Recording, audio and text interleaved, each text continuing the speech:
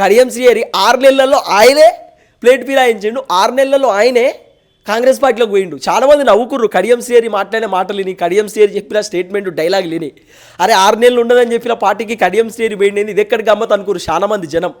అంటే ఈ విధంగా మాట్లాడే కార్యక్రమం చేసిండు. కాబట్టి దానం నాగేందర్ టెక్నికల్గా దొరికిపోయిండు, కడియం శ్రీహరి టెక్నికల్గా దొరికిపోయిండు.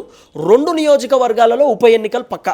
ఆల్రెడీ ఇప్పుడు జూబ్లీ హిల్స్ బైపోల్ నడుస్తుంది. జూబ్లీ హిల్స్ బైపోల్ అయిపోగానే ఈ 2 బై ఎలక్షన్స్ ఉండొచ్చు అనేది కొంత వినబడుతున్నటువంటి వ్యవహారం.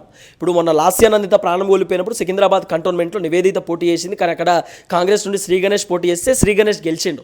కాబట్టి మ్యాక్సిమం చెప్పలేము. ఇప్పుడు అప్పుడంటే కొంత ఎంపీ ఎన్నికల టైంలోనే శ్రీ గణేష్ ఎలక్షన్స్ కూడా వచ్చినాయి కాబట్టి కాంగ్రెస్ పైన అంత వ్యతిరేకత ఏం లేదు. 6 నెలలే కదా కంప్లీట్ అయ్యి ప్రభుత్వం, అప్పటికే వ్యతిరేకత లేదు. ఇప్పుడు మాత్రం కాంగ్రెస్ పైన కొంత వ్యతిరేకత వచ్చింది. జనాలు తిరగబడుతుర్రు, తిడుతుర్రు, ప్రభుత్వాన్ని విమర్శిస్తుర్రు. కాబట్టి కొంత కాంగ్రెస్కి ఇబ్బందే ఉండొచ్చు. మరి ఖైరతాబాద్లో దానం నాగేందర్ గెలుస్తారా ఓడిపోతారా అంటే 50-50 ఛాన్సెస్. మ్యాక్సిమం 60% ఓడిపోవచ్చు, 40% గెలిచే అవకాశం ఉండొచ్చు అని మాట్లాడుతున్నారు.